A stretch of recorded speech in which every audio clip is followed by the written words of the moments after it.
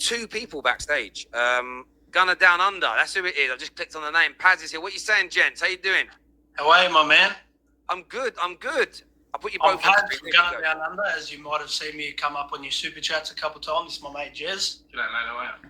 Yeah, I'm good. Good to have you both on the show. What are you saying, boys? Good to be here, man. Just thought we'd give our bit of a say on Potters. What do you reckon? How do you think? What do you think Chelsea's approach is going to be for this season?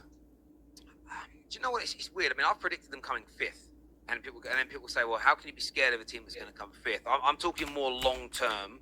They're going to be dangerous, but yeah.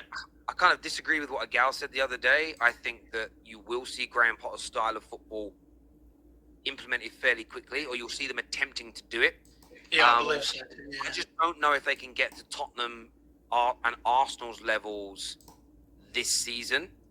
Because both those teams, both of you guys are looking really good in terms of getting the results. Spurs' football doesn't look good, but they're getting those Premier League results. So they're going to have to improve dramatically, but I think it will be close. But I think in the medium to long term, with everything they're trying to do at Chelsea, if they get the right sporting directors in, if they keep investing the money, and look, we have to look at Graham Potter's an unknown entity at this level. But if Graham Potter's as good as I believe he can be, they're going to be dangerous, boys. They're going to be really dangerous.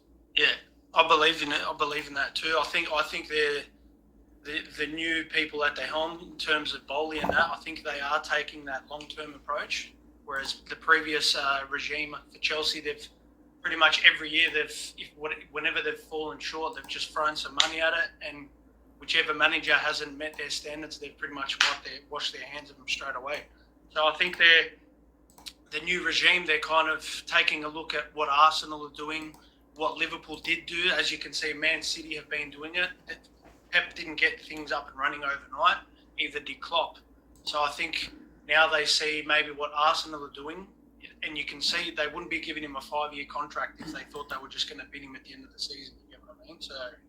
Yeah, and I think what they've got to do at Chelsea, in the same way they've got, they have Liverpool have this working brilliantly. Arsenal, the irony, and when I see Arsenal fans like scoffing at Chelsea, I think to myself, there's fear there. The reason I say that is this: one of the biggest things that Arteta had to do to get to a point where your team is now starting to win and look better, what he had to do was get rid of all the players who were insubordinate, players that didn't want to work, yes. players that were essentially trying to push player power narratives and control the dressing room by, well, I'm on the most amount of money, I'm the star player. If we all stop working, you'll lose your job. Chelsea have got to get rid of that, because I think it's happened too often in the last 20 years where a very good manager has been thrown under the bus by his players.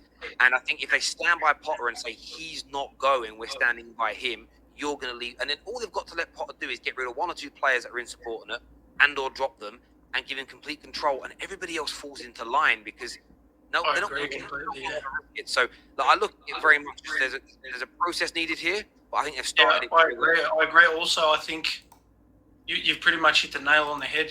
The fact that they've given him that five-year deal, right? If you see when Tuchel came aboard Chelsea, all the players that were there, none of them were his signings. So in my opinion, yes, he had the players there.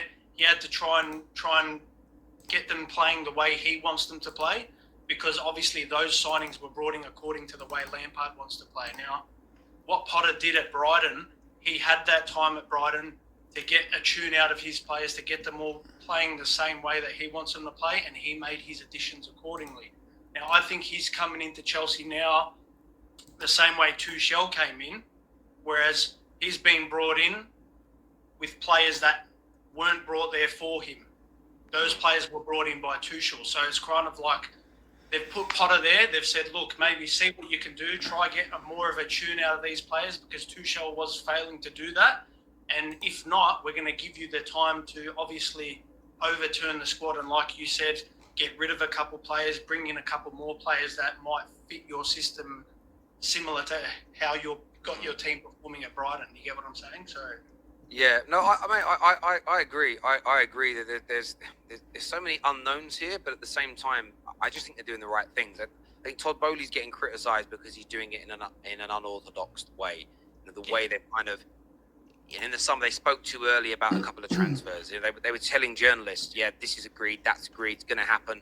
We've started our signing process protocols. He'll be a Chelsea player, and then 12 hours later it's fallen through. I think he's learning, and when the Paul Mitchells or the Camposes or the Christoph Freunds are here, they won't make those mistakes. They'll be like, listen, let's wait until it's 100% signed and the ink's dried, then we say something.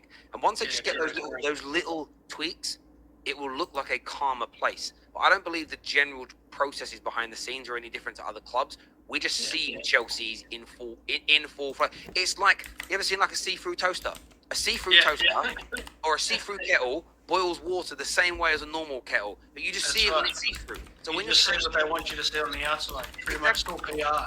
Yeah, PR side of things. So, what is it they say? Like if you, I don't know the saying. Like if you stare at water, it never boils. There's a saying along the lines. That's a really bad way of saying it, but it's like stare at a pot, it never boils, or whatever else. And I won't quote you on that one.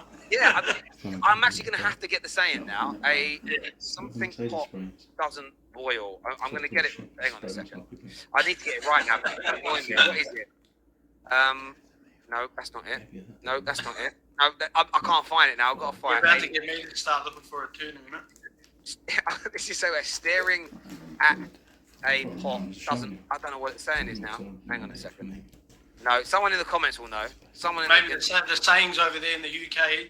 Maybe.